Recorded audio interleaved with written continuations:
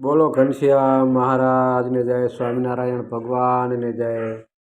ભક્તો, આજે આપણે ફરીને એક નવો વિડીયો લઈને આવી ગયા છે. આપણી આ ચેનલમાં તમારા બધાનું સ્વાગત છે અને બધા જ હરે ભક્તોને હૃદયપૂર્વક જય સ્વામિનારાયણ.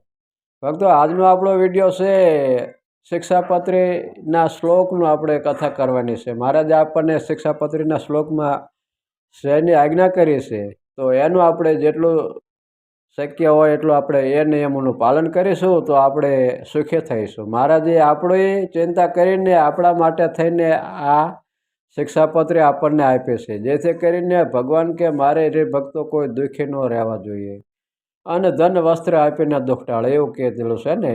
એ કહેવત આ ઉપરથી સાચી પડી છે. પણ ત્યારે મહારાજનું આપણે આ શિક્ષાપત્રીના શ્લોકમાં આપણને જે કીધેલું છે એના નિયમમાં રહીશું તો આપણે એમના હરિભગત સાચા કહેવાયશું અને આપણે મહારાજનું રાજ્ય મેળવી શકીશું. અને આ ચેનલમાં જે હરિભક્તો નવા હોય તો એ આ ચેનલને સબસ્ક્રાઈબ કરી દેજો, જેથી કરીને આવનારી બધી કથા તમારા સુધી પહોંચે.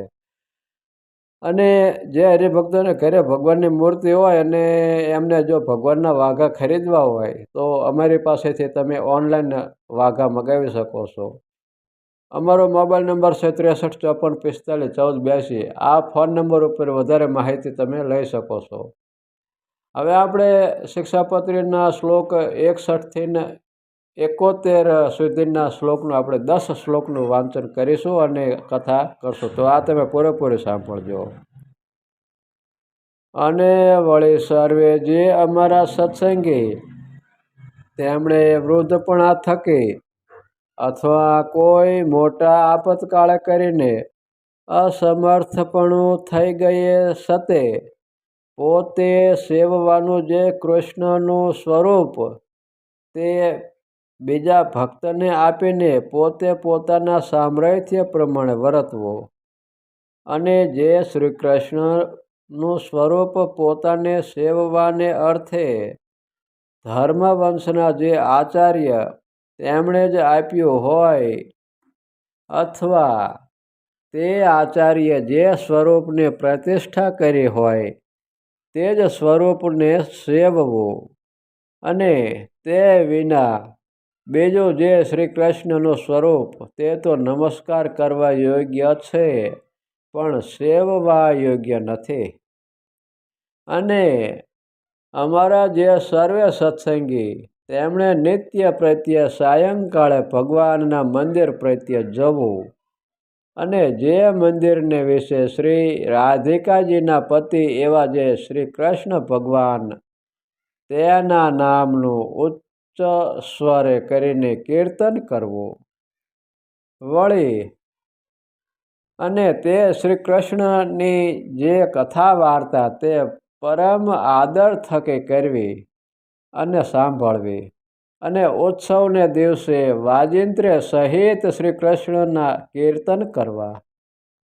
અને અમારા આશ્રિત જે સર્વે સત્સંગી તેમણે જે પ્રકારે પૂર્વે કહ્યું એ પ્રકારે કરીને જ નિત્ય પ્રત્યે કરવું. અને સંસ્કૃત અને પ્રાકૃત એવા જે સદગ્રંથ તેમનો અભ્યાસ પણ પોતાની બુદ્ધિને અનુસારે કરવો.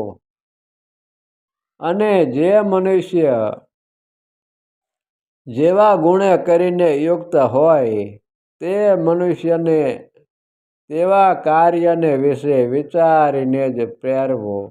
પણ જે કાર્યને વિશે જે યોગ્ય ન હોય તે કાર્યને વિશે તેને ક્યારેય ન પ્રેરવો.